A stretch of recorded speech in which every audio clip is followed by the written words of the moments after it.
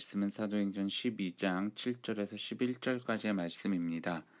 호련히 주의 사자가 나타나매 옥중에 광채가 빛나며 또 베드로의 옆구리를 쳐 깨워 이르되 급히 일어나라 하니 쇠사슬이 그 손에서 벗어지더라.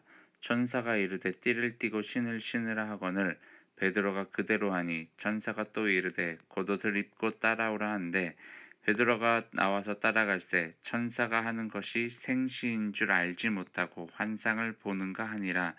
이에 첫째와 둘째 파수를 지나 시내로 통한 쇠문에 이르니 문이 저절로 열리는지라. 나와서 한 거리를 지나매 천사가 곧 떠나더라. 이에 베드로가 정신이 들어 이르되 내가 이제야 참으로 주께서 그의 천사를 보내어 나를 헤롯의 손과 유대 백성의 모든 기대에서 벗어나게 하신 줄 알겠노라 하여. 아멘. 오늘을 허락하신 하나님께 감사와 찬양을 올려드립니다.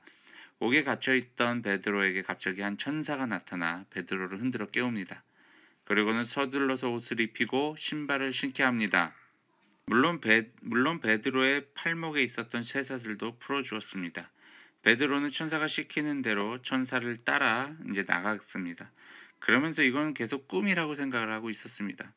자신이 감옥을 나가고 있기 때문에 이것은 현실에서 절대로 일어날 수 없는 일이기에 베드로는 계속 꿈을 꾸고 있다라고 생각을 했던 것일 것입니다. 베드로는 첫째 경비병을 지나고 둘째 경비병을 지나서 결국엔 시내로 통하는 철문에 다다랐습니다.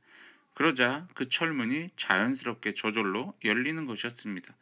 천사 베드로는 너무나도 자연스럽게 감옥을 나와 그냥 거리에 서 있게 되었습니다. 그러자 이제 베드로를 데리고 나왔던 그 천사는 바로 베드로 곁을 떠났죠.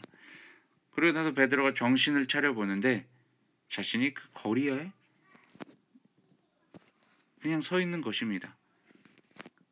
이것을 보고 자신에게 일어난 일이 꿈이 아니라 현실이라는 것을 알게 되었고 그 자리에서 하나님을 찬양하게 됐죠. 여러분, 베드로가 감옥을 나올 수 있었던 것은요, 하나님께서 하신 것이죠. 인간의 생각으로는 절대 이해할 수도 없는 상황이고 말도 안 되는 상황이, 정말 꿈과 같은 상황이 베드로에게 일어났던 거죠. 그건 바로 하나님이 하셨기에 가능했던 것입니다. 우리의 인생 가운데 수많은 삶의 난제들이 있어요. 이것을 어떻게 해결해야 될까요? 여러분, 하나님께 맡겨야 됩니다. 베드로가 감옥에 갇혀서 취한 행동은요, 하나님께 살달라고 기도한 것도 아니었습니다. 그냥 하나님의 뜻을 기다렸죠. 평안한 가운데요. 그리고 베드로의 동역자들은 베드로의 신변을 놓고 하나님께 기도를 드렸죠.